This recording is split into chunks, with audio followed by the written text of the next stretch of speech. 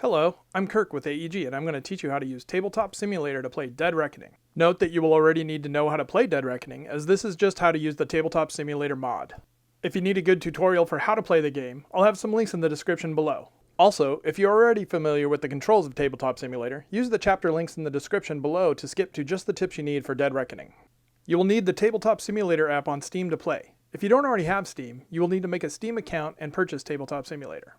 Next, you can sign into your steamcommunity.com account through a web browser and search for Tabletop Simulator. If you haven't bought it yet, you can do so here. Once purchased, click on Workshop and search for Dead Reckoning. Look for the mod made by Alderac Entertainment Group. Click on that, and then click on the big green subscribe button. Once you have the Tabletop Simulator app loaded, launch it and click Create. Choose Multiplayer so you can invite your friends. Add a server name and a password, and from there, hit Create Server to start the session. To have your friends join the game, they will click the big Join button instead of Create. They will see a list of public servers and a search bar where they can search for the server name you've made. Once they've found it, they will click the Connect button and enter the password when prompted. Back to you as the host. Under the Workshop row, you should see the Dead Reckoning icon. Click that to load the table. If it's your first time loading, it will take some time to load all the art assets to your local folders. The same goes for your friends who are joining the game. Once loaded, click your name to change color and take a seat. Your friends will also be able to choose a color once they've joined. You should be familiar with the controls of Tabletop Simulator, but I'll show you a few useful ones for playing. To bring up a menu of all the controls, you can always hit the question mark key. To pan the camera left, right, up, or down, you can use the WASD keys, or just click and hold your middle mouse button to move around. To zoom in and out, I use the middle mouse button scroll wheel. To rotate the camera, click and hold the right mouse button and move around. Note, if you ever want to reset your view, you can hit the space bar to return to your default view from your seat. For a quick zoom, hover over a spot and click the Z key or your middle mouse button, then again to zoom back out. You can also use the M key to make a little magnifying glass.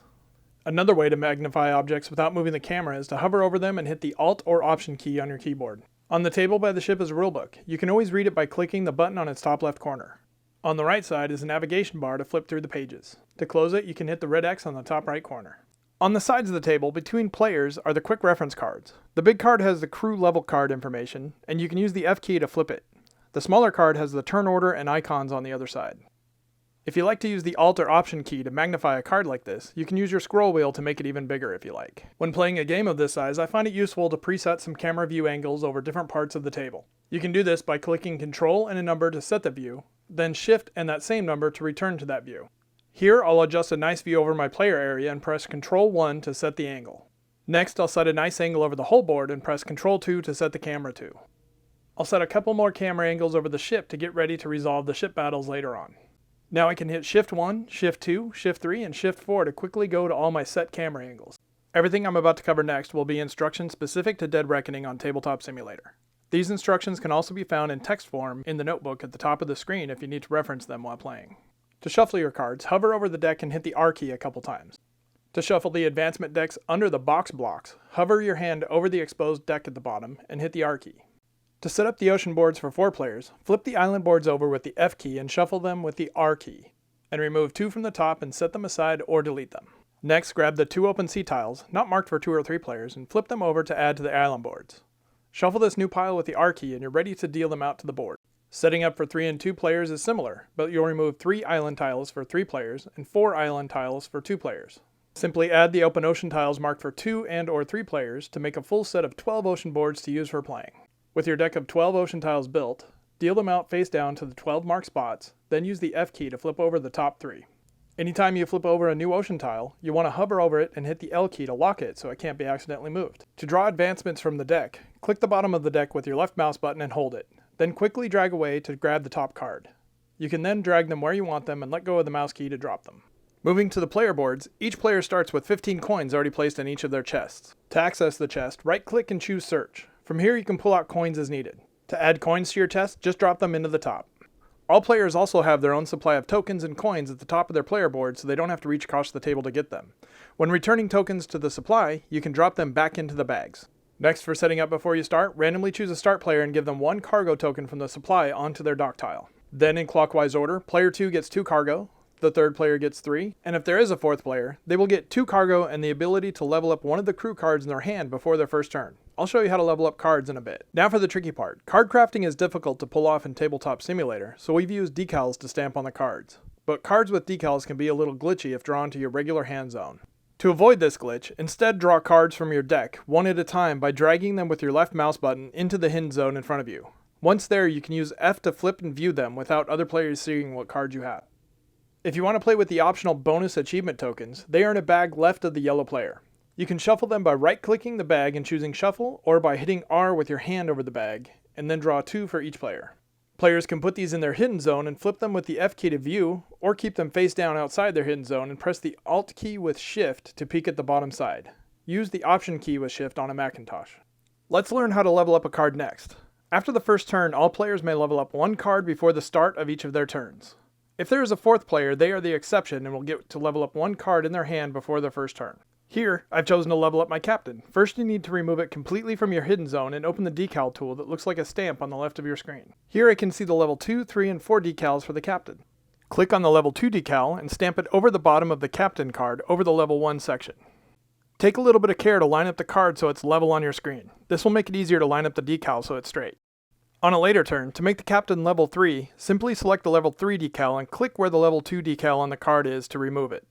This is how you remove decals, by clicking on them with another one. Now that it's gone, you can place the level 3 decal. During your turn, simply drag cards from your hidden zone into view to play them. Now let's buy an upgrade and craft it onto a card. Remember that you can use Alt or Option to magnify most objects in the game. Pay the cargo cost for the upgrade from your ship and bring the clear upgrade card to your play area. When you are ready to craft the upgrade onto one of your crew cards, hover over it for a few seconds until you see the pop-up name of the decal that you will be searching for. The decal for this upgrade is named B1 Wheel Cargo X Upgrade. Click on the decal tool and in the pop-up window search for that name. When you find it, select that decal so it's ready to be stamped. Making sure your card is level to the window, line up the top, middle, bottom icon on the right of the decal with the same icon on the card and stamp it into place. If you have to redo it, simply click the decal to remove it and try again. Note that when you put the crafted cards into a deck, the decals seem to disappear, but they are still there and you'll see them when you draw them from the deck later. There's a bag next to your chest to place the upgraded cards into after they've been crafted. Note that because encounter cards, like trade ships, have 2 different sides, there will be 2 pop-up names for the decals. The first name to pop up will be the name of the front side. The name for the back side will only pop up after hovering over the card for a few seconds. Remember that the other side should remain secret, so don't hover over the encounter cards too long unless you're ready to see that name spoiled. To put your ship into pirate mode, hover over it and hit the number 1 key to put up the flag. Hover over your ship and hit the 2 key to remove the flag and take it out of pirate mode. Now let's grab some cubes and resolve some ship battles. Collect the cubes you will be dropping into a pile close to each other, and click and drag with your left mouse button to marquee select all the cubes. With the cubes highlighted, grab them with the left mouse button to pick them up and give them a good shake to bundle them together. Carry them over and drop them into the semi-transparent funnel above the sails of the ship and release them. If any don't fall through the sails, just pick them up and drop them again. Note that because you highlight selected them, you will need to left click somewhere on the table to deselect them before you do anything else. If they are all highlighted when you try to pick up just one, you'll pick them all up by accident. It's a little fiddly, but this is just a tabletop simulator. For example, I just need to pull this one that landed in the exploder spot out so that I can add one to it and drop them back in together. Now I can check out the rest of the results and resolve the battle. An easy way to clean up after a battle is to left click and drag a marquee over the whole battle board to select all the cubes and pick them up. While holding them, you can click any number on your keypad to align them into a nice grid pattern. This makes separating them a little bit easier. Adding upgrades to your ship is pretty simple. Just grab the tile upgrade you've purchased and use the Q and E keys to rotate them and drop them into place. Once there, you can right click and go to toggles to lock it in.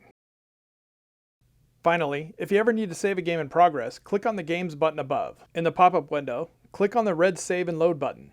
Then hit the green Save Game button and give it a name. This same window is where you can load previously saved games. I've mentioned a hand zone glitch, and while I can't recreate it to show you, it's known to happen on cards with decals. If you draw them to your hand by accident, instead of moving them to your hidden zone, they may get stuck and try to bounce back to your hand when you try to put them on the table. To get them out of your hand, drag a marquee to select all the cards in your hand and hit the G key to group them together. They will fall onto the table and you can grab them and now move them to where you want. You'll notice I put a warning above each hidden zone that says do not stamp cards in the hidden zone. The reason for this is that if you do, the crafted card will become permanently hidden to the other players so that they can't see it when you move it to the table. If someone accidentally does this, it's not a deal breaker, just a little annoying, and you have to trust them when they say what cards they've played.